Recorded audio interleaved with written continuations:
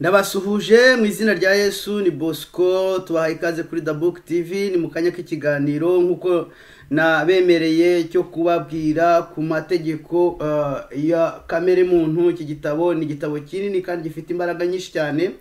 Nagiye ntekereza ko nakirizima nkuko najyaga ndezima ibindi bitabo, ariko nsanga birakomeye cyane.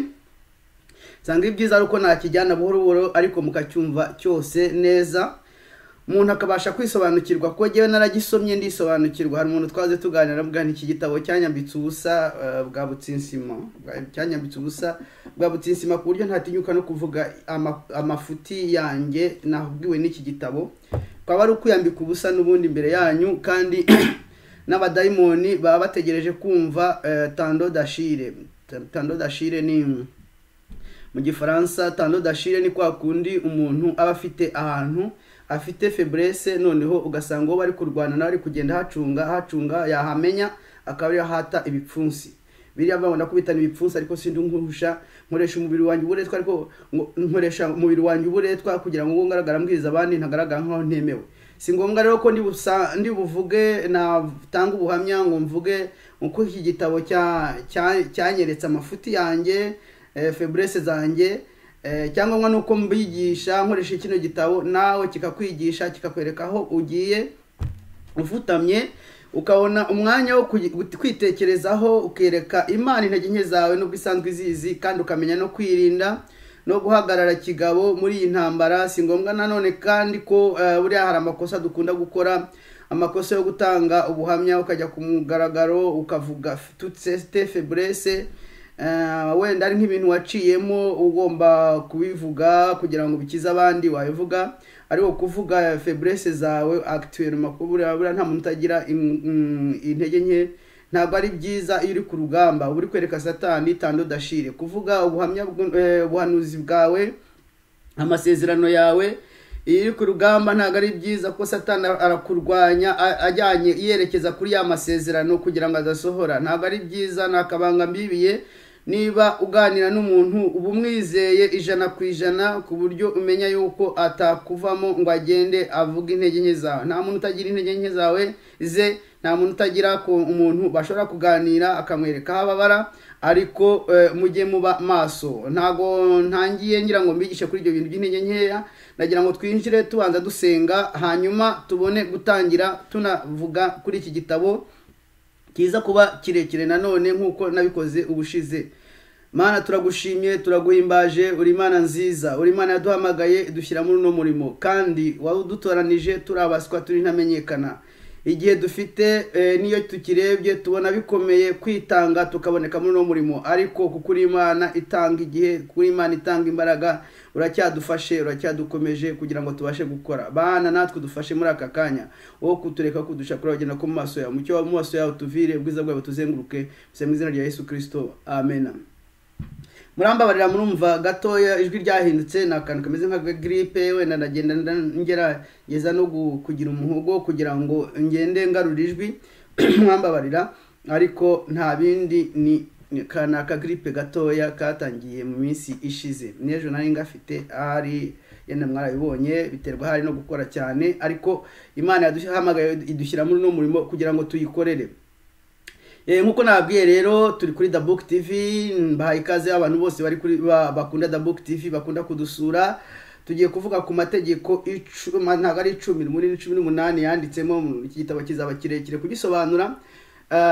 Cyanditswe na Robert Greene, ni Les Lois de la Nature Humaine. Mu Kinyarwanda ni amategeko ya kamere muntu. Mbere yuko ninjira rero muri icyo gitabo, reka tubanze dusuhuza abantu bumva ururimi ndi kuvuga, abumva Ikinyarwanda bari mu Rwanda, abari i Burundi, abari muri Tanzania, abari muri Repubulika Iharanira Demokarasi ya Kongo, n'abihanganisha kuko intambara ngiye kubura aho ngaho.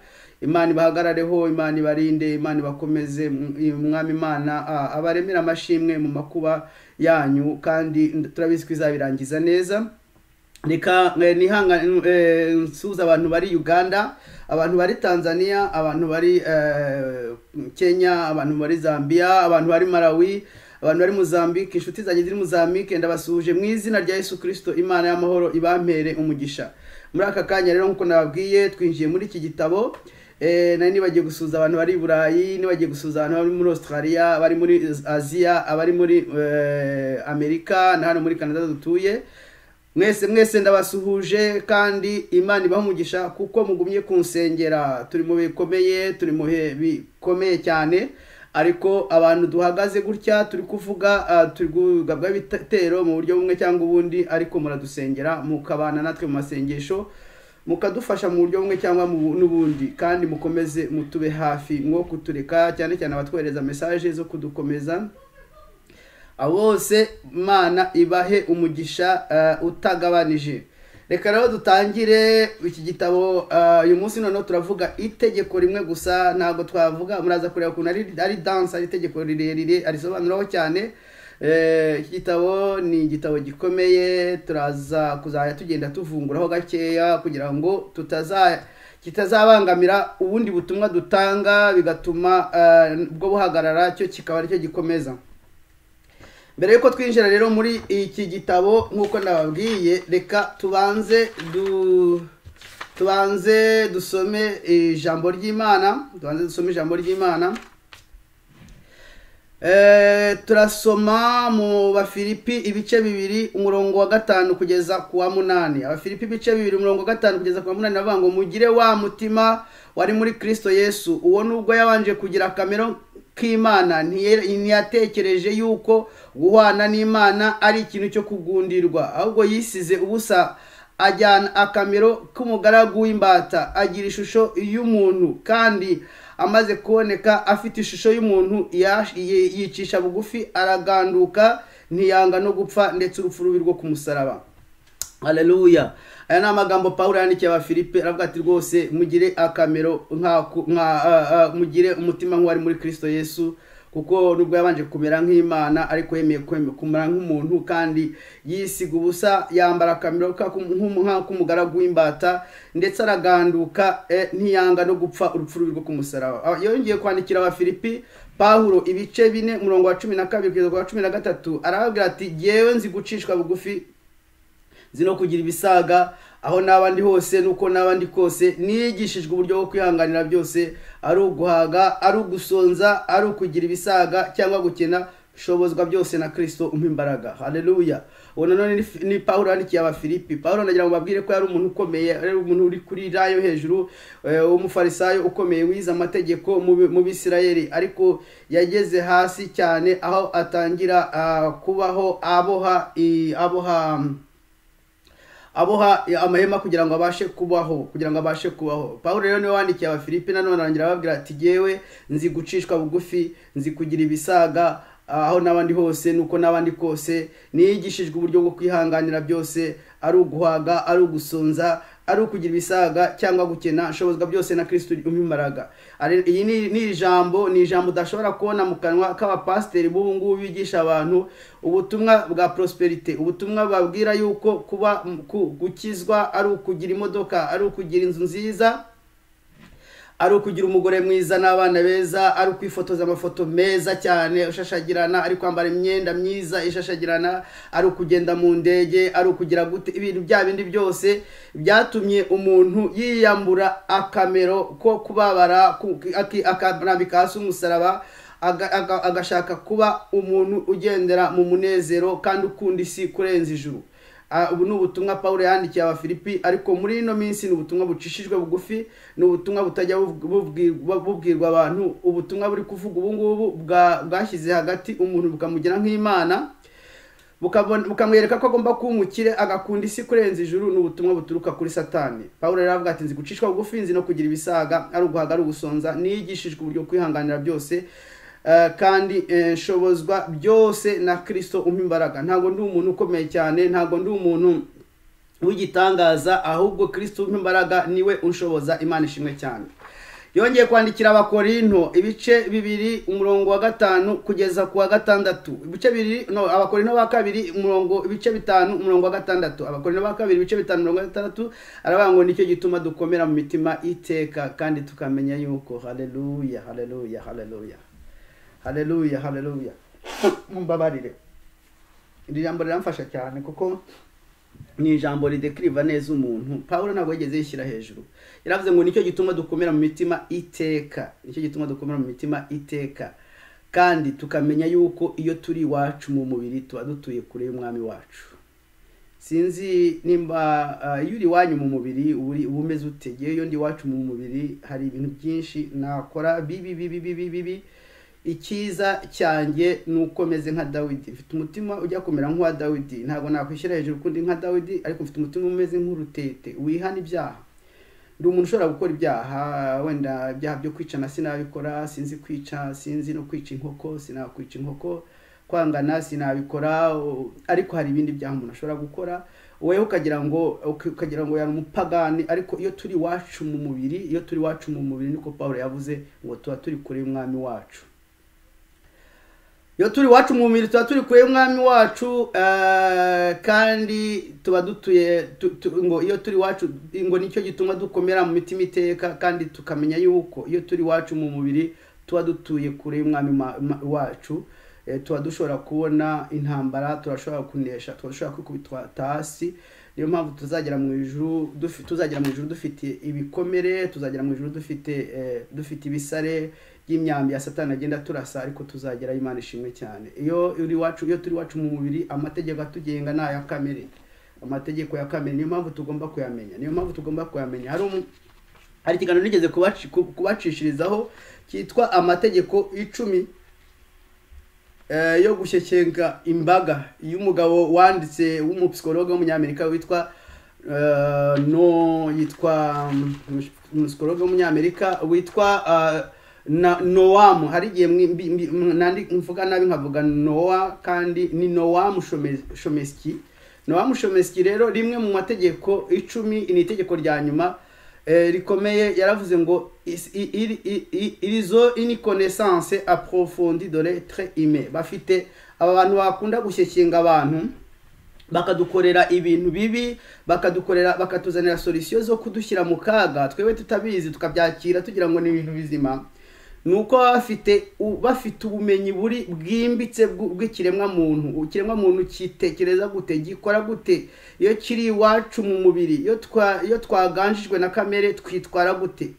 Niyo mpamvu bageraho bakatwita inyamaswa abantu. Aba bantu na Bibiliya yita abantu inyamaswa abantu, ariko abantu nabo bakunda kwitwa abantu inyamaswa abantu, kubera ko icyo gihe kamere iba yaganjije umwuka ukurimo, ukitwara nk'inyamaswa abantu. Barabize rero uyu mugabo yanditse iki gitabo, wenda si we wenyine, ariko biza abantu baza abantu kurenza uko bizi, bakabamanipira. Uyu Chomsky rero yanditse amategeko 10 yo gushyeshyenga imbaga. Ndatekereza yuko iki kiganiro mwigeze kukibona mu biganiro byabanje natanze. Amategeko 10 yo gushyeshyenga imbaga, itegeko rya nyuma rya 10 riravuga ngo ils ont une connaissance approfondie de l'être humain. Bafite ubumenyi buhambaye bwimbitse bw'ikiremwa muntu. Niyo mpamvu bashaka gukorera umuti cyangwa ikinyoma gikomeye cyane cyo kukubeshya ntubashe kwiroturuva, kuko weho bakuzi kurenza uko wizi. Niyo mpamvu rero numvise dukwiriye kumva iki gitabo tukagisobanukirwa. Reka dukora icyo bita recap ntoya y'ibyo twize ubushize. Na akantu gatoya ndibuvugeho. Ni ngombwa ko twimenya kugira ngo tumenye ko le monde satanique idusobanukirwa. Tugomba natwe kwimenya tukagira ngo tumenye ko isi y'umwijima nayo ituzi uko idufata, kugira ngo tumenye n'uko idutera. Ibiteri dutera ibicisha hehe?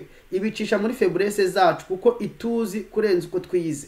Iyo umuntu akuzi kurenza uko wizi, kandi ni ibintu bishoboka cyane, agusobanukiye kurenza uko bizi, arakumanipira bikemera. Iyo abakozi ba Satani batuzi kurenza uko twizi, baratumanipira tukemera. Iki gitabo rero twavuze ko kizatumenyesha kizaduha ibintu 7 bikomeye muri capacité zacu cyangwa ubushobozi bwacu. Icya mbere ni ukubasha kwiyitegereza wowe ubwawe, ndetse ugategereza kwitegereza n'abandi ucecetse. Observation calme, kwitegereza, kwimenya, kwiyitegereza wowe ubwawe uko witwara, ndetse ukitegereza n'abandi ucecetse. Icya kabiri ni ukubasha gusoma ibimenyetso by'uwo muganira, by'uwo muvugana, kuko umuntu ashobora kuvugisha amagambo ariko wareba iminwa. Hari umuhungu inshuti yanjye n'uwo kwa data wacu yakundaga kubeshya cyane, ariko ntabishobore. kuko yabaga ari kubeshya iminwa wabonaga iri gutigita yenda guseka, yaba ukabona ukajya umwitegereza ku minwa akaba ari kukubeshya ariko iminwa iri gutigita afite insurire intriga, iminwa iri gutigita yenda guseka. Donc kubasha gusobanukirwa yuko umuntu ari kukubeshya kandi ibyo ari kuvuga we azi ko yagukonvense, wowe ukajya witegereza icyo bita ibimenyetso by'uwo muri kuvugana ukamusobanukirwa ko ari kukubeshya. Ikindi ni nk'abandi bakunda kuvuga bakanuye amaso cyane kugira ngo bametirize ikintu kiri imbere yayo muri bo cyo bari bashaka kubeshya, akavuga kanuye amaso cyane, akenshi aba ari kukubeshya. Icya gatatu ni uguhangana n'ibitero bituruka kuri Satani abicishije mu bandi bantu, kuko hari abantu Satani ikoresha kugira ngo batuteshe umutwe, baducure bufunira buhoro, batume amarangamutima yacu azamuka kandi bajye babimetiriza kuturenza kugeza igihe ukoresheje ikintu kiri irreparable, ikintu uzicuza ubuzima bwawe bwose, ikintu uzicuza ubuzima bwawe bwose. Kumenya rero guhangana n'ibitero bituruka kuri Satani abicishije mu bantu, iki gitabo kizabitwigisha. Nubwo bwose uyu mugabo atigeze avuga Satani, jewe Imana yampaye ubwenge bwo kugenda ndeba ibyo avuze nkabihuza n'ibyo Paulo yagiye avuga. Icya kane kizagwa ibishiguzo cyangwa levier cyangwa se imbaraga z'umutima zo kubasha kwitwara neza. Hari igihe umuntu atekereza ngo kwitwara neza no guhora mu mwuka, ariko ntibishoboka. Nta muntu uba mu mwuka iteka. Ntabwo uri kumwe n'umugore wawe mu buriri ntabwo uri mu mwuka, ntabwo uri kugaburira umwana uri mu mwuka, ntabwo uri gutwara imodoka uri mu mwuka, ntabwo uri ku kazi k'ingufu cyangwa akazi k'ubwenge uri mu mwuka. Icyo gihe rero kandi niba ukeneye kwitwara neza kuko uri kumwe n'abantu utagomba kubabangamira nabo batagomba kukubangamira. Iki gitabo rero kizagwa ibishiguzo cyangwa imbaraga z'umutima zo kubasha kwitwara neza. Icya gatanu kizaba gusobanukirwa imbaraga za kamere muntu. Umenye imbaraga za kamere muntu aho zishobora kukujyana zikakugeza, ko zishobora kugukoresha soko na peri mu Gifaransa irreparable, ko zishobora gukoresha ikintu ushobora kuzicuza ubuzima bwawe bwose. Icya gatandatu kizagufasha kwishyira mu mwanya w'undi muntu. Bibiliya bivuga na Paulo yavuze ngo mubabarane n'abababara, mwishimane n'abishima. Bibiliya ni kubivuga kugira ngo ubashe kubabarana n'abababara cyangwa wishimane n'abishima, nuko ubasha kwishyira mu mwanya w'abo bantu bari kubabara. Imana ishimwe cyane. Iki gitabo rero kigufasha, mbabarire gatoya, kigufasha kubasha kwishyira mu mwanya w'abo bantu kugira ngo ubabarane nabo, kugira ngo ubabarane nabo. Icya karindwi kigufasha gusobanukirwa imbaraga n'intege nke zawe.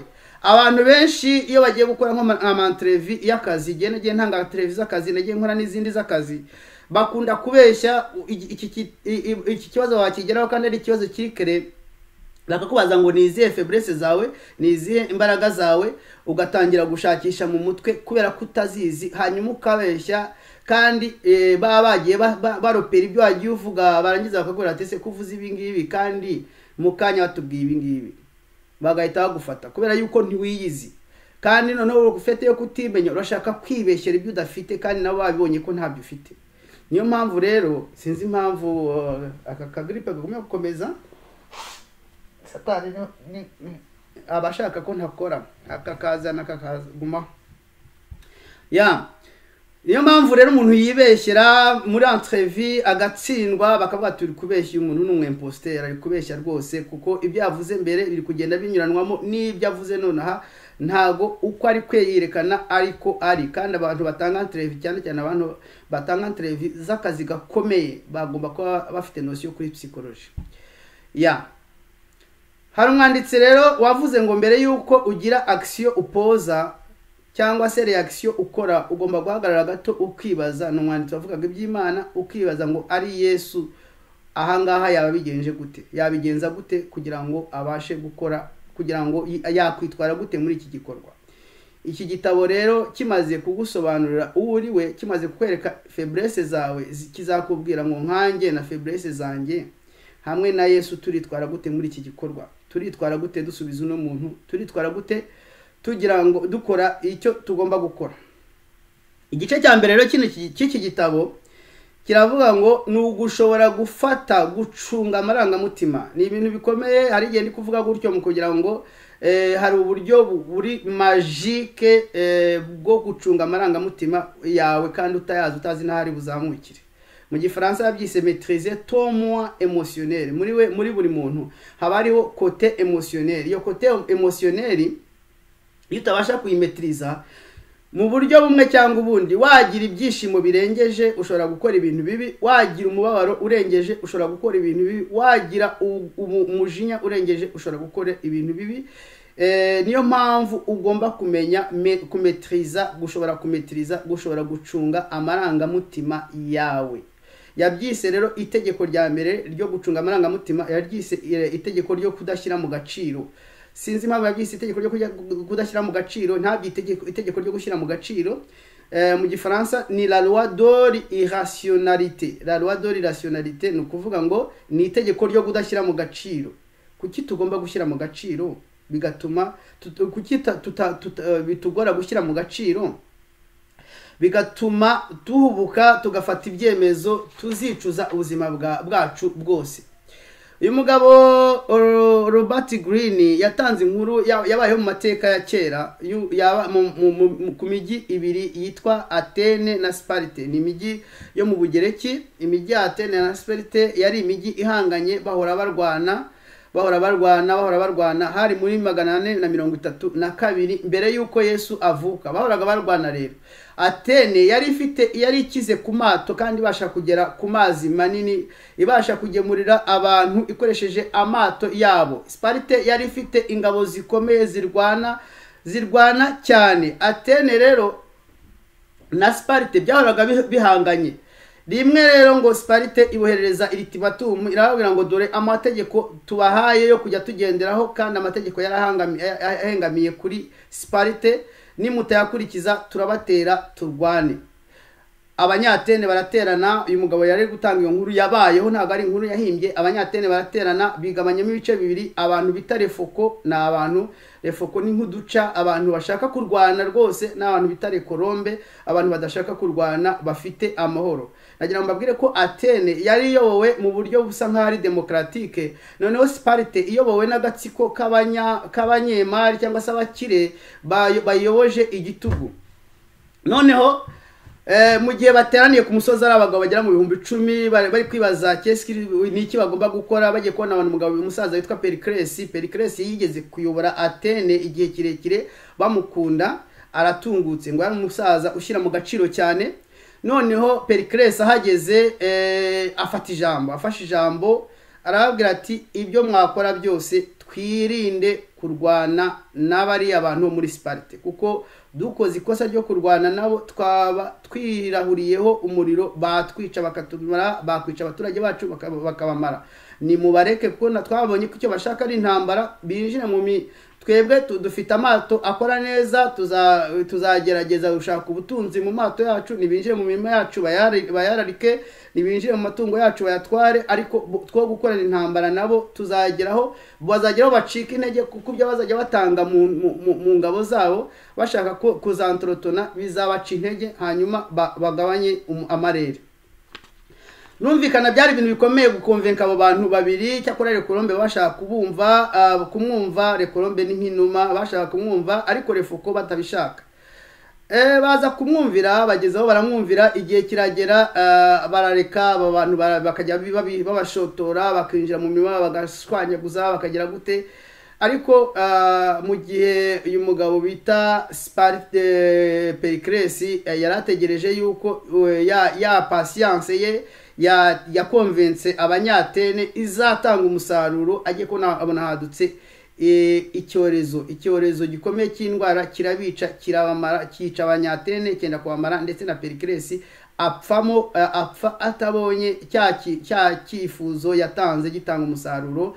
Ugupfa kwe ngo ntago bigeze bakuririra, kuko ngo bavuga ko yabahemukiye cyane, akatuma abantu abo muri Sparte babasuzugura bikabije. Nuko ngo amaze gupfa bahita birema agatima batugiye kurwana nabo. Bagiye kurwana nabo, intambara ibaye, barapfa benda gushira. Baza gutabarwa nuko igihe kigeze abantu bo muri Sparte nabo bagacika intege. Ariko icyo nshaka kubwira ni iki, icyo nshaka kuvuga, uyu mugabo yaragira ngo abereke koma ni gute ukwihangana no gushyira mu gaciro, wemera kugakora uburyo bushoboka bwose icyo byagukuta cyose aho ngo ukore irreparable. Nubwo bwose bien sûr bapfuye bazize indwara, ariko icyo gihe ntago ntibapfuye bazize intambara bikururiye, ntago bapfuye bazize intambara bikururiye. Hari ibihugu byinshi bigenda byitwara gutyo, nk'ibihugu byinshi bituranye n'u Rwanda, hari ibititwaye gutyo bishobora kujya birwana bigahora mu ntambara zikomeye cyane. Ntago ibyo ngibyo ndi byinjiremo, ariko muzi yuko ibihugu byinshi biba bigiye bifite uburyo bishobora gushotorana. Iyo bamwe badashyira mu gaciro bagashaka intambara za buri munsi, bashobora kwicana. Nibyo byabaye muri Ukraine. Abantu bo muri Ukraine nkaho batujije, kuko bazi yuko bari abantu babarusha imbaraga mu Burusiya, baremera barahangana. Dore ukuntu abanya Ukraine bagiye gushirira ku rugamba, bagashira ku icumu ibintu byose bari barubatse, bakabikubita hasi kubera ko batabashije kwihangana. Sinajya kwinjira muri iyi nkuru cyane ngo nyikomeze, ariko icyo byigisha nuko uyu mugabo ashaka kuvuga ngo peu importe icyo bizagukuta, nimba ubasha gushyira mu gaciro ukevita intambara, ukabana mu mahoro n'abantu bose, ntiwishyire mu ntambara ishobora kukurimbura, ureba ubikore. Bo reka ninjire rero mu gitabo nyirizina ndasoma kuri page ya 30 icyo yatangije asobanura iri tegeko. Page ya 30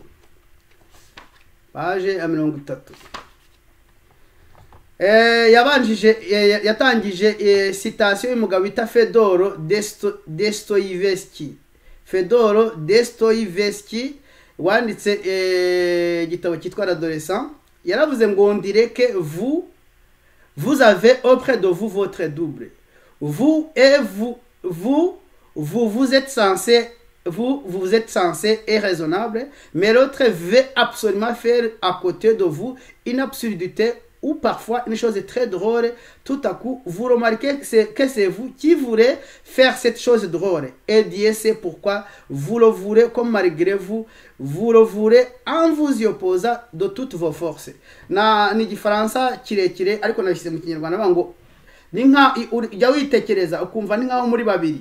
Hari umwe muri wowe ushaka gushyira mu gaciro, hari n'undi ushaka gukora ibintu by'ubusazi. Kandi Imana izi ukuntu ubirwanya n'imbaraga zawe zose. Nibyo Paulo yandikiye Abaroma mu bice 7 guhera mu murongo wa 14 kugeza ku 25 abango nzi yuko muri gihe ibyo muri gihe harimo kamere, kandi nta kiza kimbamo iyo ndi muri kamere. Iyo ndi muri kamere nta kiza kimbamo. Arakomeza uzasome aravango nifuza gukora ibyiza, ibi bikantanga imbere. Paulo agira ngo yereka abantu ko buri wese afite kote ebyiri. Hari kote ya kamere na kote y'umwuka. Iyo kamere igiye hejuru igashaka kukuyobora, igutegeka gukora iby'umwuka yanga. Iyo umwuka agiye hejuru agashaka kuyobora kamere, ategeka kamere gukora ibyo kamere yanga. Ariko ibyiza nuko, kuko Paulo niko yabisobanuye, ibyiza nuko kamere yajya hasi, umwuka ukajya hejuru. Ariko ntibivuze yuko umuntu atafite kamere muri we ishobora kumutegeka gukora ibibi. Nibyo rero uyu mugabo yitwa Fedor yanditse, aravuga ngo wagira ngo muri wowe harimo abantu babiri. Harimo umuntu ugutegeka gukora ibyiza, gushyira mu gaciro, gukora ibintu bifite umurongo. Hakaba n'undi ugutegeka gukora ibibi, ibintu biri drôle bishobora kugukoza isoni. Kandi Imana irabizi ukuntu urwana nabyo n'imbaraga zawe byose, kandi ariko unanabishaka. Bo yavuze rero kujyo bita imfunguzo za kamere. Uyu mugabo bita Robert Greene, imfunguzo za kamere muntu yabyise mu Gifaransa les clés de la nature humaine. Icyambere ufunguzo rwa mbere nukubasha kwidentifia. Donc kubasha kwidentifia, ndabivuga mu Gifaransa nangire mbishye mu Kinyarwanda, identifier les biais cognitifs. Nukubasha gusobanukirwa amakosa aturuka mu mitekerereze yawe. Amakosa aturuka mu mitekerereze yawe nibyo bita nibyo yise identifier les biais cognitifs. Turibuze kubisubiramo tugenda tubirambura nyuma. Icya kabiri nukubasha donc méfiez-vous de l'escalade émotionnelle, kubasha kwirinda ukuzamuka kw'amarangamutima akazamukirana muri we akayagukoresha l'irréparable. Icya gatatu nukugira les stratégies d'expression de votre moi, donc avoir des stratégies d'expression de votre moi émotionnel, kubasha kugira imbaraga n'uburyo bwo kwerekana amarangamutima yawe. Ntabwo bisobanura yuko utagomba kwerekana amarangamutima yawe. Nimba ubyishimye wishimye ushobora kubyerekana mu buryo bw'ubwenge, mu buryo bufite ubwenge burimo une certaine dose. Nimba ubabaye ushobora kubyerekana mu buryo bufite une certaine dose. Ariko icyambere ugomba kumenya nuko nukugira les stratégies zo kwexprima, zo gushaka kubasha kwerekana amarangamutima yawe akurimo. Duhere kuri kuidentifia les biais cognitifs. Nukubasha kumenya amakosa y'imitekerereze. We yagiye yandika aravuga ngo iyo ikintu kigenze nabi mu buryo utari wapanze ko kigendamo, akenshi utanga ibisobanuro ati nuko kamere y'umuntu imeze. Wiha ibisobanuro uko byagenze nabi, impamvu byagenze nabi, ukiha ibisobanuro. Ariko ngo igisobanuro cya nyuma kibi ubasha gutanga nukuvuga ngo nagize amahirwe makeya. Iyo uvuze ngo nagize amahirwe makeya nukuvuga ngo uvuze ngo sinshobora no kureba responsibility zanjye nagize, ingaruka zatewe nuko nitwaye nabi muri iki kintu cyagenze nabi. Tout simplement nagize amahirwe makeya. Mu bakirisitu bo turavuga ngo Imana ntiyabikunze, Imana ntiyabishatse.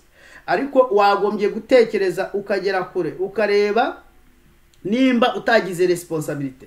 Hari umugabo wigeze kwandika ibitabo, umugabo bita Zacharias Tanefomumu. Navuze ko nasomye ibitabo bye bitatu. Hari igitabo cyitwa Jouir du choix de ton conjoint, Jouir de la vie conjugale, Jouir de la vie de la vie de la sainteté. Okay, la vie de la sainteté. Ni ibitabo bitatu. Ariko igitabo cyitwa Jouir de la vie conjugale cyaranyigishije cyane. Cyanyigishije yuko iyo uri umugabo mu rugo, amakosa abaye mu rugo niyo mwakena bitewe nuko madama wayanze gukora, niyo umwana yagira ikibazo ku ishuri, ibintu byose ko ari we mutwe w'urugo ugomba kuba responsible. Jewe nige responsable. Hari aho nshobora kuba nitwaye nabi, mbese nabigenje gute ko nitwaye nabi. Ariko noneho tugaruye ku buzima bwawe ku giti cyawe ko nta wundi muntu uri gucunga. Ujye ureba, uyu mugabo aravuga ngo ujye ureba neza mbere yuko umanuka wiha ibisobanuro kugeza igihe uvuga ngo nagize amahirwe makeya. Ujye ureba neza nimba nta kintu cyawe cyaguturutseho cyatumye ibyo ari watekereje gukora neza bigenda nabi, mbere yo kuvuga ngo nagize amahirwe makeya cyangwa se Imana ntiyabishakitse. Uko ngo umaze kuvuga ngo nagize amahirwe makeya, ni ibintu bizamura umujinya muri wowe, ni ibintu bizamura gucika intege muri wowe, ni ibintu bizamura ipfunwe muri wowe, ni ibintu bizamura ipfunwe muri wowe, bikaba byatuma rero ukora amakosa akomeye. Iyo avuze ngo Imana ntiyabishatse, iyo wumva koko Imana itabishatse ukaba wabashije kubyakira, ntiwumve hajemo wa mujinya, ntiwumva ibyo ngibyo nibyo niyongereyeho ko ntago avuga iby'Imana hano, ntago avuga Imana cyane kuko nababwiye ko atemera Imana. Uyu mugabo ntago yemera Imana, we yafashe kamere muntu pure et simple agenda yisobanura ukwiri. Nabyo ni byiza kugira abanditsi nk'abangaba badafite andi marangamutima, bakakubwira uko bagufata kugira ngo ubashe kumenya uko Satani abasha gutera abantu.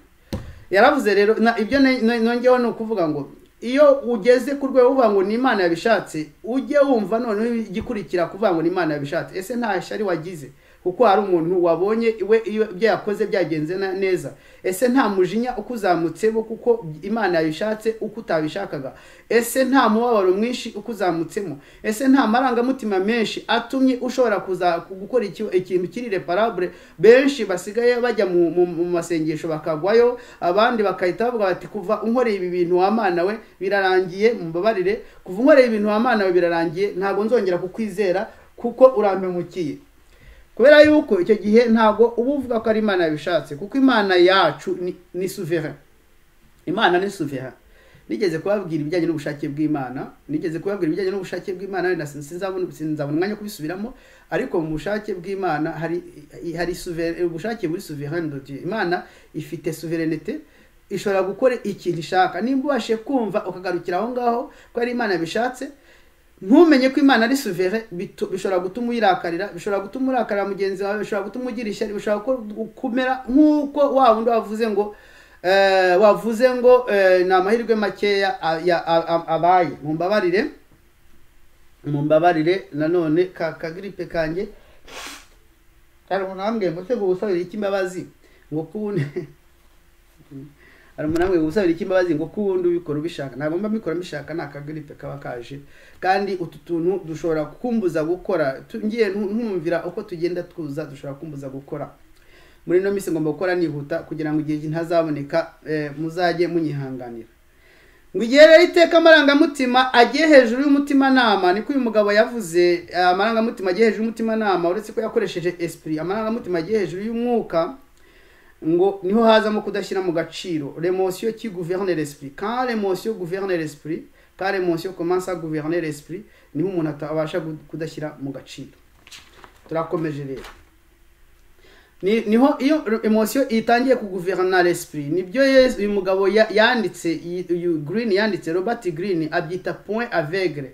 Point aveugle nagiye no kubireba muri dictionnaire kuri Wikipedia, nsanga barabisobanura mu buryo butatu butandukanye. Hari point aveugle, hari biais de la tâche aveugle, cyangwa se illusion d'orinique invulnérabilité. Ni ukuvuga ngo point aveugle ni handi noneho wahumye amaso, ntukibasha no kureba kwireba ngo umenye nimba wabashe ari we witeje ibyago, aho uri kubona ku bandi gusa.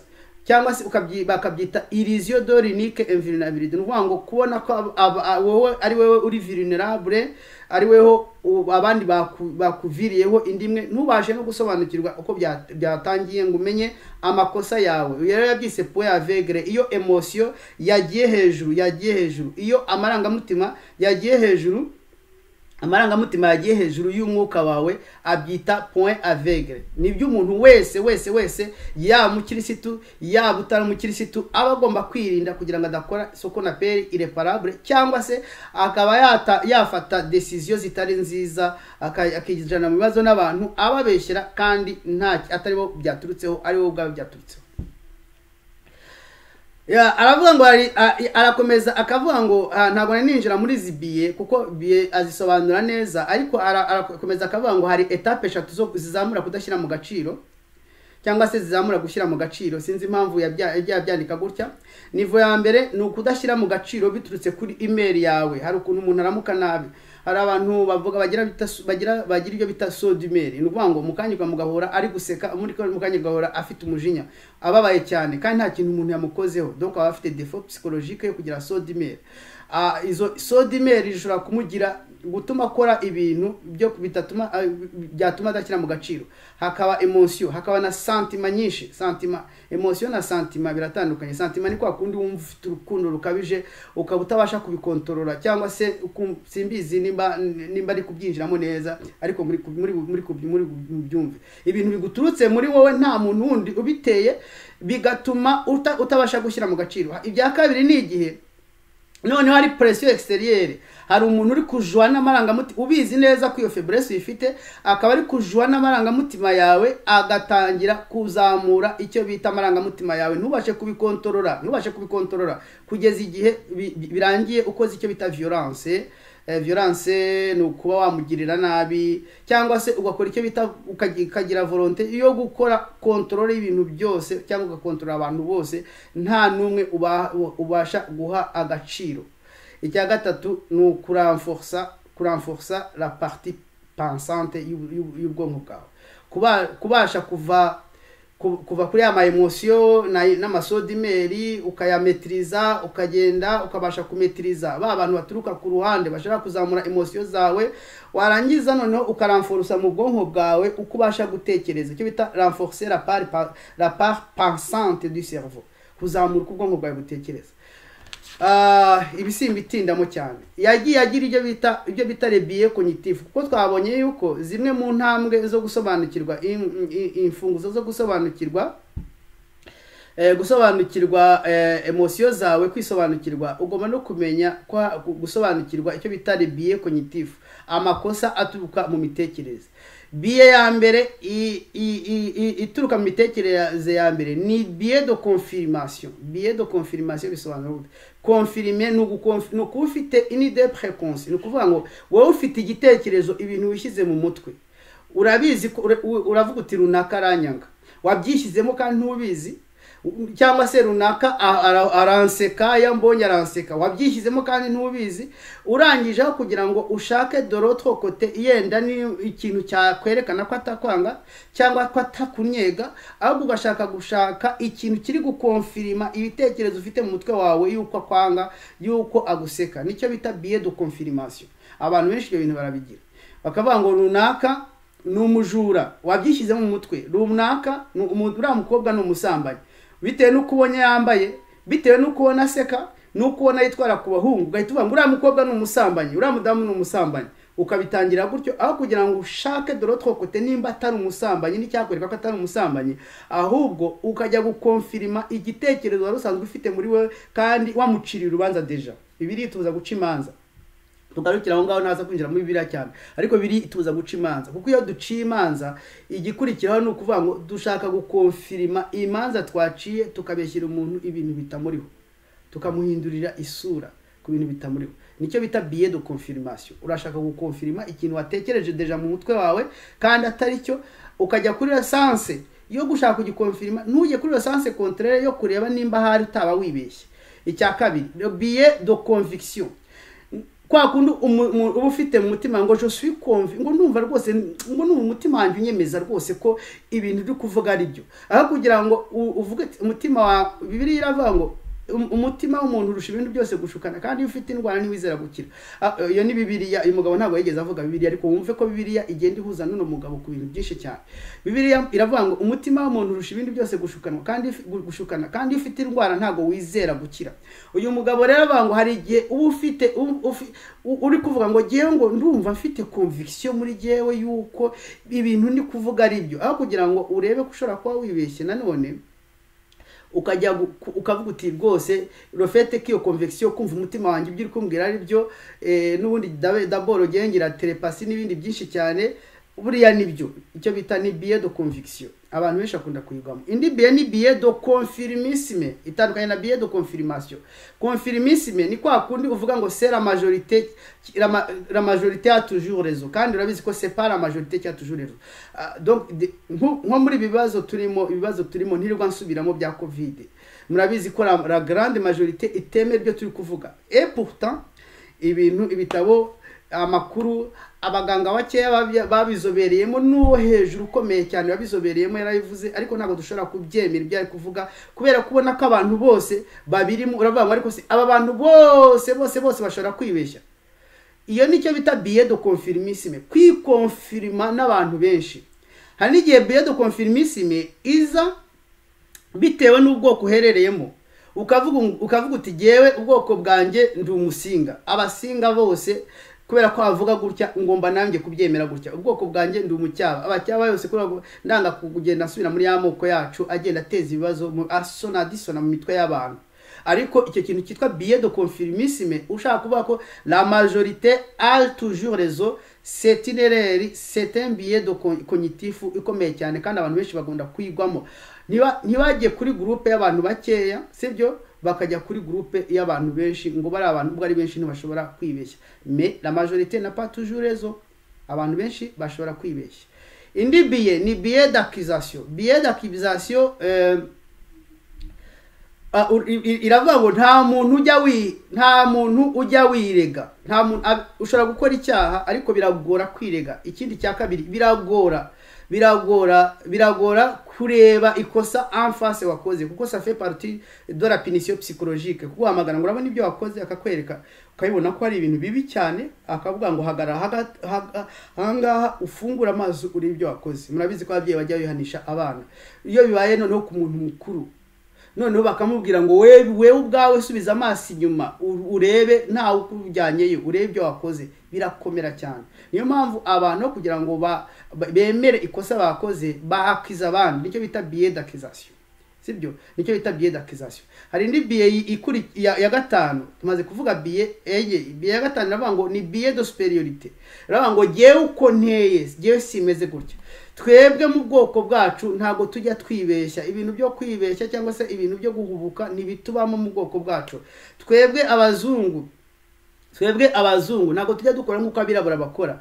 Twebwe abirabura ntago tujya dukora nk'uko abazungu bakora. Nibyo kuba d'abord warashizemo warasetinze mu mutwe wawe ko ukuteye uri superieur y'abandi bose, ugahita uvuga uti jewe kuko ndi superieur y'abandi bose, icyo bita billet de supériorité, ntago nakora nk'uko abandi bakora, sinshobora gukora ikosa nk'iry'abandi bakora. Abantu benshi ibyo bintu barabikora kandi batinya kubivuga. Iyo bari kubivuga gutya babyibwira mu mutwe, babyibwira mu mutwe we. Abenshi ntibatinyuka kubivuga mu kanwa kabo ngo twebwe ubwoko bwacu, ntibatinyuka kubivuga mu kanwa kabo, ahubwo ashobora kubivuga mu mutwe ngo no ça peut pas arriver dans notre mu bwoko bwacu. Twebwe turi abantu bo hejuru, ntago giye nshaka gukora ikosa rimeze gutya. Nicyo bita billet de supériorité. Akavuga rero ngo itegeko clé ya kabiri twari tumaze kureba uko clé ya mbere no kwidentifier les biais cognitifs. Kwidentifier les biais cognitifs ni amakosa aturuka mu mitekerereze. Amakosa aturuka mu mitekerereze twayasobanuye. Biais de confirmation, kugenda ukonfirma ibintu wishyizemo mbere. Biais de conviction, ushaka ntago ndi bubisubiremo. Biais de confirmisme, biais d'accusation, biais de supériorité. Mu mbabare abantu batumva igifaransa nagiye mbisobanura mu Kinyarwanda. Uburyo ushora wemeza ibintu deja amaze kwishyira mu mutwe ni biais de confirmation. Uburyo wiyemeza uyikonvenka mu mutwe wawe ko ibyo kubera ko umutima wawe uri kukubwira kandi ushobora kukubeshya ari byo ukavuga uti nibyo kandi ibyo ni ikosa naryo ry'imitekerereze. Uburyo wisanisha ni groupe y'abantu benshi, ntiwemere kujya muri groupe bise nibuka hari umuntu twigeze mu mbabare hari gengeraho nkibuka ntuze ka anecdote. Niga muri kaminuza, nagiye kwiga muri kaminuza, ninjira nayo n'undi muntu umucuti wanjye, nago muvuga cyane nicyo twapfanaga. Abantu badahita bavuga ko twagiye muri kaminuza rimwe, nuko mu mbabarire. Muri kaminuza rero, muri kaminuza hari amakorari atatu yacu y'aba Pentecote. Hari korari yitwa Elayo, yabagirimwe abantu bo hagati badakuze cyane, baririmba sho ayaburwa n'umugabo hungu twayimbaga sho iririmba neza cyane. Ariko korari yitwa Vumilia, yarimwe abantu bakuzeho baririmba neza cyane ariko bafite ubwitonzi, babona ko ari abantu bakuze vraiment. Hari korari yitwa Alliance, yari korari iririmba mu Gifaransa, ikunda kwica indirimbo inshuro nyinshi cyane y'abantu bakeya cyane. Noneho ngiye kuko abantu bari basanzwe bazi ko nzi kuririmba neza, nzi guhimba indirimbo, ahantu hose nagiye njya nabaga ndi umuyobozi w'indirimbo, ndidirije akorari cyangwa maître de chant w'indirimbo nazihimba. Abantu bose twari turukaga mu karere kamwe bagiye konabona niyangaje muri korari yandi birirwa bica indirimbo bakeya kandi bakunda kuririmba nyine Igifaransa n'Icyongereza, kandi byari bitarakomera cyane, bitarajyara mode. Ndibuka umuntu wari wicaye aho ngaho ahita avuga ngo kwacinara Yesu, abonye Bosiko ahagaze mu bantu bagiye kuririmba muri korari Alliance. Undi arambwira dusoza ngo atari ko se bose buriya batekereje neza kugira ngo ujye muri korari Alliance koko. Buriya se nukora ubukwe ninde uzabugutahira? Abantu 9 ninde uzagutwerera? Ndatangara cyane ukuntu umuntu ashobora kwinjira muri korari anatekereza ngo ni inkuru yiga muri university mu wa mbere, anatekereza ngo ndangiza nkakora ubukwe mfite abantu benshi bazantahira ubukwe bakanantwerera. Nicyo bita rero billet de confirmisme. Kumva ushaka kujya muri groupe nini kugira ngo ususurukiremo. Ngewe ubundi nari narigishijwe, nagiye nsoma ibitabo byinshi bya bita Billy Graham, nigishijwe ko ngomba guteruraho umurimo uremereye, nkaba ariho njya guterura kugira ngo bigende neza. Kandi maramperemo umugisha muri yo korari, ubwo abatu twaririmbanye barabizi, twarayijyanye tugeza no kuri cassette, dusora cassette zindirimbo ziryoshye abantu barazizi. Indirimbo twasohoye yitwa Le Maître d'état et de circonstances, muzajye kuri YouTube muyirebe, ni indirimbo nanditse ngo il est le maître des temps et des circonstances dans ce monde angoissé, il est solution, vous qui êtes fatigués et chargés, venez à lui, il est solution. Barayiririmbye neza, ndavuga ni Mana yo mu ijuru, ushimwe kuko wanjyanye muri uriya murimo ukampa imbaraga tugakora neza tukageza kuri rwego rwo gusohora kasete mu gihe abantu bageraga. Hari n'ugeze kuncaho ugigavuga muri shimwe arana batari kose bose buriya uretse kubeshya, uretse kwigana abandi, buriya mugiye gusohora kasete muri pre koko kuri alliance. Ariko nashaka kubabwira ngo aba bantu bose bafite icyo bita billet de confirmisme, kugenda bikonfirma n'abantu benshi bakumva ko na majorité a toujours raison. Reka no kujya mu bintu byinshi cyane. Bo kreya kabiri no kwimefia, no kwirinda escalade, kuzamuka kwa ma emotion. Escalade no kuzamuka kwa kundi ibintu bigenda byuzurirana, umujinya ukaza ukazamuka, umubaro ukirundamo ukazamuka, ipfunwe rikaza bikazamuka bikagera aho utabasha kubikontorora,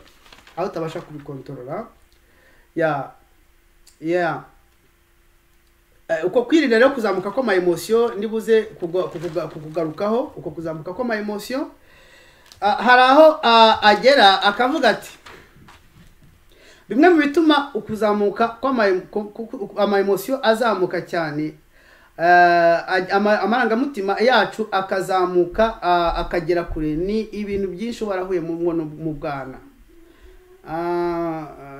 Hari abantu baba baragize ubwana buri difficile.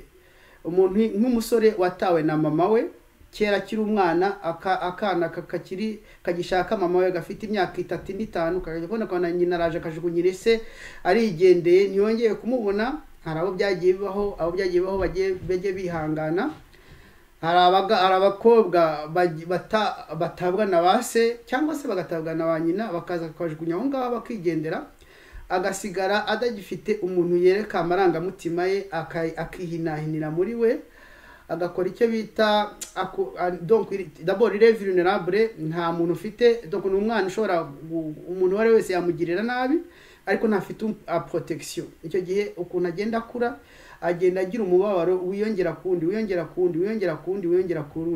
ku buryo hari ibintu ashobora gukora byo kuzamuka kwa marangamutima, akajya narira avuga ngo na mama yarantaye, ngo na data yarantaye, ngo none ngo nibi byankurikiyeho.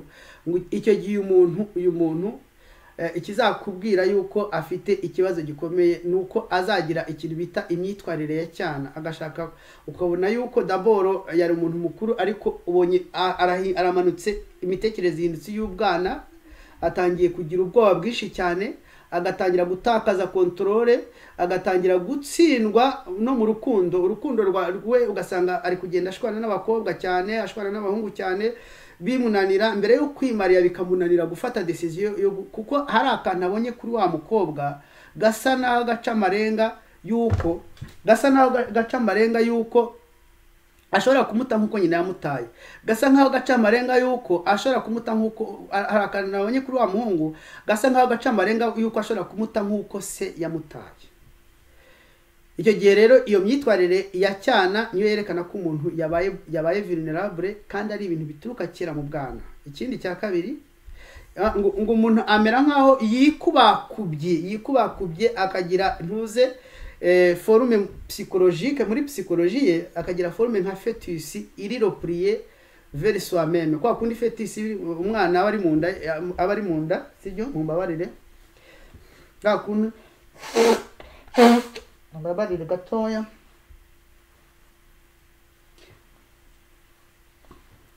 Kwa kundi umwana bari munda akikubira munda nyine, nawe asa nkaho yikubakubiye kuri we, akanirotira. Abenshi baranirotira bakava kuri sene bakagenda bakigunga, donc nk'abantu ubona bakunda, donc aho kugira ngo agume ahangane n'ibyo bintu, agahita avuga ati kugira ngo mbe shoke nkuko nabaye shoke il y a longtemps, reka mve kuri sene kuko sinshaka kuba shoke.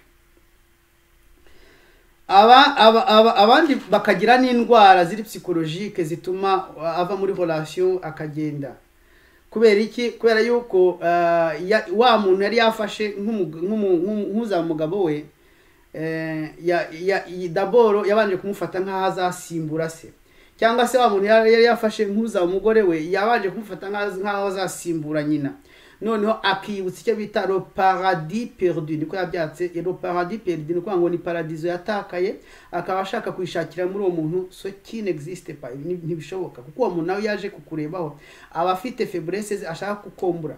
Noneho rero iyo ushatse ko akubera papa wawe kandi akakubera n'umugabo wawe, cyangwa akakubera mama wawe kandi akakubera n'umugore wawe, bibi ikibazo gikomeye. Iyo ubona atangiye kugira akazo ka faiblesse, utangira kwiropura uvuga uti reka njye gushaka uwabyuzuza neza.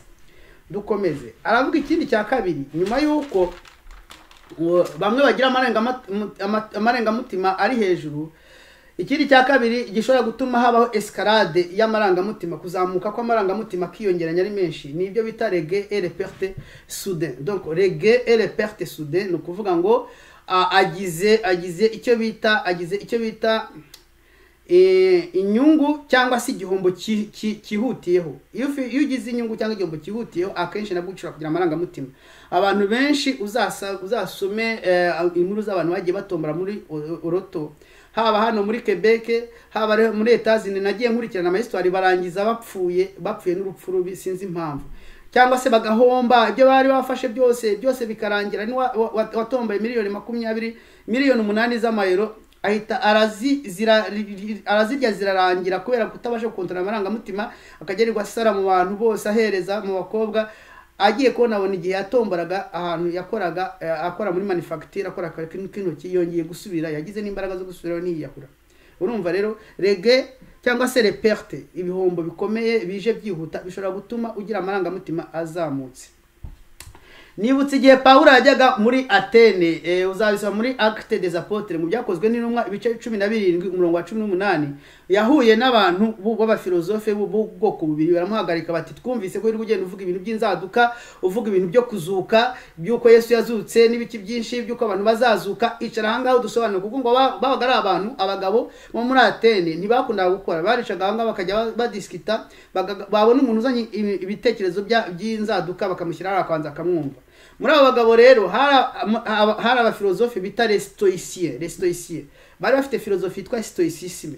Stoicisme yaravuga ngo puisque tout homme est né pour mourir et que nul ne peut connaître le parfait bonheur, endirons ce qui nous survient sans joie ni tristesse excessive, parce que on ne sait pas ce qui nous attend au tournant. Ngo kubera iki? Kubera ko buri muntu wese avukira gupfa, kandi nta muntu ushobora kugera ku munezero wuzuye. Reka twakire ibitubwiririye tudafite umunezero cyangwa umubaro umurengera, kuko tuba tutazi ibidutegereje autourna. Nibyo bita gestion des émotions, kugerageza kudoza ama emotion. Uyu rero nawe yaravuze ngo mu gihe ugerageje ubonye ibintu bikomeye cyane bikubayeho, byaba ari gain ikomeye, igihombo gikomeye, cyangwa se byaba ari perte ikomeye, igihombo gikomeye, cyaba ari gain ikomeye, ku nyungu ikomeye, fata rokiri ujye ku ruhande, ugire akadoze ka pessimisme. Pessimisme ni igihe ushobora gukeka kuko butari ko si ibintu kuko ibintu bishobora kugenda mu munota umwe, ako kantu kazaguha ubwenge bwo ushobora kubyitwaramo.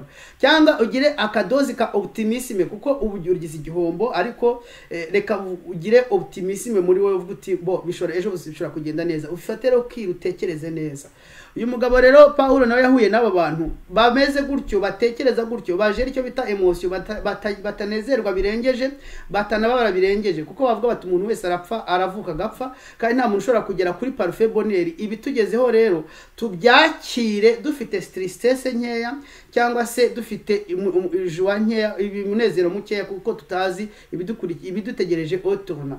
Abandi ba philosophe ba kabiri yahuye nabo bita les épicuriens. Les épicuriens bari bafite philosophie yitwa epicurisme. Epicurisme ni kwa kundi umuntu avuga ngo mu kilatini ni carpe diem, cueillir le jour, manjo bivo parce que demain nous mourrons. Donc turye tunywe kuko ejo tuzapfa. Ibi bintu byombi uko ari bibiri ntabwo ari byiza, ariko aho kugira ngo uvuge ngo manje et bivo parce que demain nous mourrons, wavuga ngo ibintu bingezeho reka mbyakirana kadoze ka optimisme cyangwa pessimisme, kugira ngo nta sara, nta musazi, nta control. niko uyu mugabo yavuze. Regret et les pertes soudaines zishobora gutera icyo bita escalade d'émotion. Icya gatatu, la pression grandissante, abantu bakagushyiraho pression ikomeye cyane. Bya bintu bari bavuze ngo ngewe ngo ndi self control, harya bari ngira self control cyane, ngewe ndifata nzi kwifata. Abantu iyo bataragushyiraho pression ngo bashyiraho pression, akenshi ntago umenya nimba ufite self control. Hari igihe mask ya self control yikubita hasi kubera ko abantu bagushyizeho bagushyizeho icyo bita pression, ugahita utakontorore za emotion za wari wahishe muri wewe zikazamuka cyane. Icya kane yavuze hari abantu les individus qui font réagir aux autres de façon épidémique. N'abantu batuma abandi bantu bamera nk'abaseshurumeza. Hari umuntu kukorera ibintu gasesurumeza, nibyo bita réaction épidémique. Umuntu akashaka gukunda bari abantu bagira urukundo rurengeje, agashaka kukwereka ufite urukundo rwo hejuru cyane, bari très dangereux ya muntu, kuko arakuzamura akakugeza hejuru mu bicu, byagira ikibazo yakwitaza ukikubita hasi ugasandara. Abantu bagira urwango rukomeye cyane nabo bari très dangereux. Donc na abantu rero baba bafite icyo bita bagira capacité yo kuzamura umuntu. Akenshi baba bafite charisme, bafite ubona ko ibyo bintu bishoboye, ariko yakukunda birengeje ku buryo bigutera urugusesura, yakwanga birengeje ku buryo bigutera gusesura. Abo bantu bombi uko ari babiri baba ari danger. Icya gatanu ni effet de groupe. Effet de groupe iri mu bintu nabyo bishobora gutuma amarangamutima. Abantu benshi bakunda kugenda n'abantu bameze nk'abasazi, kandi yari asanzwe ari muzima, ukabona nababaye nkabo. Ni ukuvuga ngo abayagize donc effet de groupe, abayagize groupe bamugize ingaruka nyinshi cyane, noneho akagira escalade des émotions. Ibyo rero ugomba kubitekereza ukamenya ko ibyo bintu ugomba kubyirinda no guhangana nabyo. Ari icya gatatu, ubwo tumaze kuvuga ku bintu tumaze kuvuga ku bijyanye na effet de groupe twayivuze. Imfunguzo twavuze ebyiri. Twavuze uburyo bwa mbere bwo kugira, twavuze uburyo bwa mbere bwo kwidentifier les biais cognitifs, amakosa y'imitekerereze. Uburyo bwa kabiri ni ukwirinda uruzamukirane rw'ama emotion cyangwa se amarangamutima. Uburyo bwa gatatu ni ukugera strategie zo kwerekana amarangamutima yawe, kuko ntago bibujijwe kugira amarangamutima, ntago bibujijwe kwerekana ko wishimye, ntago bibujijwe kwerekana ko ubabaye, ariko gira strategie yo kuzerekana. Icya mbere, strategie ya mbere yavuze muri iki gitabo, mwumva ukuntu iryo ni itegeko rimwe yavuze ryo kugira irrational, kuba rationnel, kuba uri umuntu ufite rationalite cyangwa se udafite rationalite. Mwumva ukuntu yaritondoye akarige aho yarigejeje. Aravuga rero ati izo strategie nizi. Iya mbere ni ukwimenya wowe ubwawe, connaissez-vous vous-même. Iyo utiyizi yakosa ryo kutimenya, ntago ubasha kwiexprima. Ugomba kumenya yuko nimba ibintu bije ari ibintu biri telefone ketwa, ushobora no kuva muri groupe ukabanza ukagenda ugafata kuka gatoya, kuko wizi faiblesse zawe. Icya kabiri ni ukamenya kwexamina, kureba neza, gusuzuma emotion zawe cyangwa se amarangamutima yawe winjiye mu mizi, utareba uburyo buri superficiel. Ese byaturutse byaje gute, ese ninde ubigizeho, ese uyu muntu unzamuye amarangamutima akageza n'ubwa mbere bikoze, ese agamije iki? Ni ukwinjira mu mizi. Icya gatatu nuko iki kintu kirakomeye cyane, nukongera augmenter votre état de réaction, nukongera igihe cyo kureyagisa. Hari isomo bakunda kwigisha abantu baba manager bayobora abandi yitwa intelligence émotionnelle. Intelligence émotionnelle irakubwira ngo nimba ubonye niba ubonye na email irishoka, ibyiza no gutahita uyisubiza ko kanya, kuko uyisubije ufite wa mujinya ushobora kuyisubiza nabi bikahita bikuexpose. Ibyiza no kureka ugatuza ukazayisubiza ko wanayisubiza nesho. Il faut se donner le temps de réaction. Nk'umuntu w'umukirisitu ugomba no muri iyo temps de réaction ni utangira kwibaza, eske byaturutse hehe, eske ni ngene byitwayemo gute, eske ari Yesu turi kumwe ko ndi umukirisitu ndi umugenzi ujya mu ijuru yabyitwaramo gute, ese ku ijambo ry'Imana ritubwira ngo tubane n'abantu bose amahoro, nimba igenza gute ndabambanye n'abantu bose amahoro. le temps de réaction ukipoza ibyo bibazo byose ukaza kuriyajisa nyuma. Icya kane ni kwemera abantu, accepter les gens comme des faits, ukemera abantu ko bari, ukavuga uti ni defo yabo, ntutekereze ko ari ibintu bihimbyemo ko kanya, ukavuga uti wenda ni defo ye, reka mbanze mwitegereze ni defo ye, wenda nawe ari kurwana nabyo, ni ibintu arwana nabyo birakamurenga, akabasha kareba kubimetiriza, ni defo ye. Icyo kintu nubasha kucyumva ukishyira mu mwanya w'uwo muntu, birashoboka ko wafata decision nziza, ntuze ukitwara neza. Icya gatanu ni kubona équilibre hagati, équilibre optimale hagati ya pensée na émotion. Aka kantu karakomeye cyane kuko yagatanzeho illustration nziza cyane iryoshye, kugera kubasha kuringaniza hagati y'ibitekerezo byawe, pensée n'amarangamutima. Yaravuze ngo hari metaphore y'abagereki ifata yise metaphore di cavalier et de son cheval. Ni metaphore y'abagereki y'umuntu ugendera ku ifarashi n'ifarashi. Afata ifarashi, iyo metaphore ifata ifarashi nka kamere n'amarangamutima, kamere y'amarangamutima. Ikongera igafata umuntu ugendera ku ifarashi nk'imitekerereze yacu, ubwonko butekereza, mbese le côté rationnel yacu tuma dutekereza. Noneho iyo farashi ikiranga niki, iba ifite imbaraga, sibyo? Irihuta iteka, bifite imbaraga. Iri sauvage, ifarashi ni inyamaswa. Ifarashi ni inyamaswa nubwo rwose tuyadopta mu rugo tukayirera, ariko ni sauvage. Iri sauvage ifite ubwenge nk'ubw'inyamaswa nyine. Icya gatatu, yiyahura mu makuba. Ifarashi ntabwo ifite ubwenge bwo gutekereza yuko imbere hari amakuba, yiyahura mu makuba. Ugendera ku ifarashi we, uyobora ifarashi afite imitekerereze, kandi iyo mitekerereze niyo iyobora ifarashi.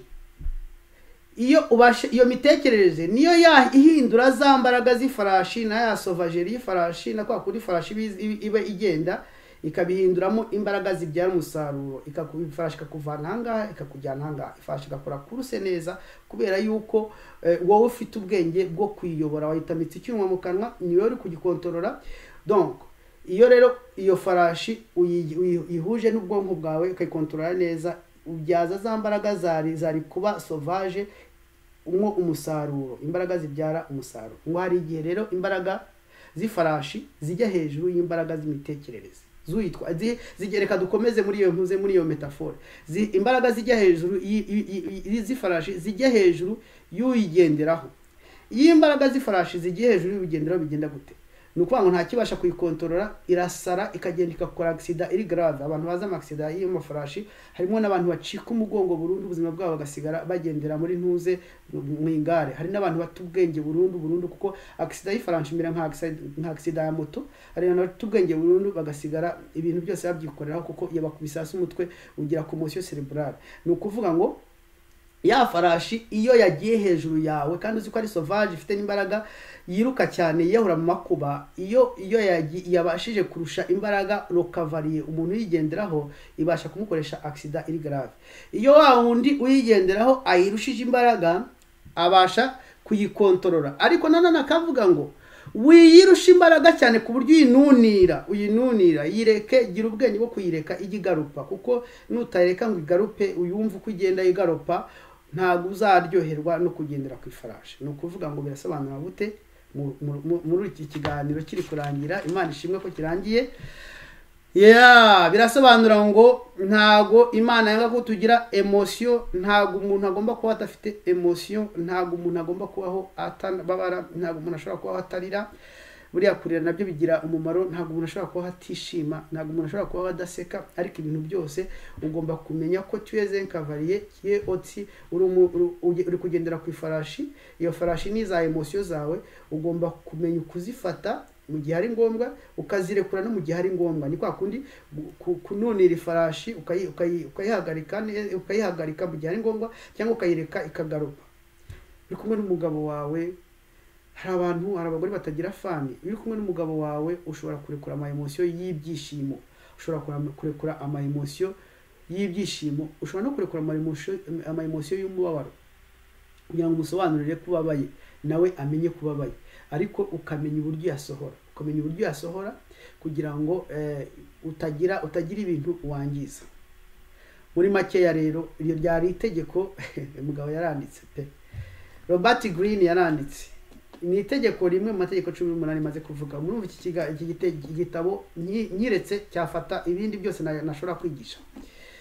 Ni itegeko rimwe mu mategeko 18. Iri tegeko rero ryari ryo bita itegeko rya irrationalité, sinzi ko nagera ngo mbisubiramo, ariko mu byumve neza ko muhere kuri ya za mfunguzo rwa mbere rwo kugira ngo ugire ibitekerezo bigiye neza, ushyire mu gaciro. Urufunguzo rwa mbere ni kumenya amakosa ushobora gukora turutse mu mitekerereze. Urufunguzo rwa kabiri ni ukumenya kwirinda escalade, kuzamuka kw'amarangamutima. Urufunguzo rwa gatatu ni ukumenya kugira strategy zo gusobanura, zo kubasha kwerekana amarangamutima yawe. Za biais ntago tuzisubiramo, amabiais de confirmisme, kugenda wikonfirma n'abantu, amabiais de conviction, kugenda uvuga ukora ibintu bitewe nuko ariko umutima wawe kubeshye. Biais de confirmation, kugenda ukora ibintu ushaka gukonfirma ibintu wishyizemo mbere, ntushobora kujya ku yindi kote yindi ngo urebe. Biais de superiorité, kugenda kwishyira hejuru kumva ariho utekereza neza kurenza abandi bose. Biais d'accusation, kubaho utabasha kwiyakiza ibyaha kandi ushobora kuba ari wabikoze ukabyakiza abandi. Noneho ugatekereza ukareba ese iyo habaye escalade ya mantuze biba byaturutse he, ari gihe ushobora guturuka ku bwana. Niyo mpamvu mutajya yenda nta abantu benshi batakunda gutanga ubuhamya, kugira ngo iyo bitanze ubuhamya ukabwira nk'umupsikologe ashobora kumenya ukuntu ureyagisa. Ubwana bwawe bushobora gutuma ureyagisa nabi, ugatuma ugira ntuze cyangwa pressure y'abantu bo hanze n'ibindi byinshi twagiye tubivuga. Imana rero bamugisha. Iki kitabo ni ngombwa kucyumva, kuko nkuko nabasobanuriye ikintu cya mbere gituma dukora amakosa yo kuba manipule, kandi twamanipule mu buryo buri satanique, nuko le monde satanique, isi y'umwijima yadusobanukiwe kurenza uko twisobanukiwe. Niko Noam Chomsky yavuze mu mategeko 10 yo kumanipira, yo gushyeshyenga imbaga. Mu mategeko 10 yo gushyeshyenga imbaga, Noam Chomsky yavuze yuko itegeko rya nyuma ari uko batumenya kurenza uko twize. Imana rero bamugisha, Imana ibane natwe. Turi abantu, ntago turi abatagatifu, turi abantu, ntago turi abamarayika. Ibigenda bitubaho biba bituruka ko dufite intege za muntu. Niyo mpamvu tuba tugomba guhora mu ntambara turwana, ariko cyane cyane mugira ibanga ryo kuterekana icyo bita tando dashire, intege nke zawe ngo uzere ku muntu ari wese, kuko ashobora kuba ari dikote y'umwanzi akagenda kurasa handi hakubabaza. Reka dusenge. Mana urakoze kubw'iki kiganiro. Ni ikiganiro natangiranye intege nke, numva ngafite intege nke, ariko wabanye nanjye, wamfashije. Ukomeze ugende uyobora ibitekerezo byacu, kandi cyane cyane ugiherekeze abantu bo kugifata nk'ikiganiro kiri psychologique cyo kwigisha abantu imitekerereze, ahubwo bagifata nk'ikiganiro kidufasha kwisobanukirwa, tukamenya ko turwanya intambara muri iyi si y'umwijima. Urakoze kuri Imana igira neza, kumenya kubana natwe n'abantu bose, tubisabye mu izina rya Yesu Kristo. Amen.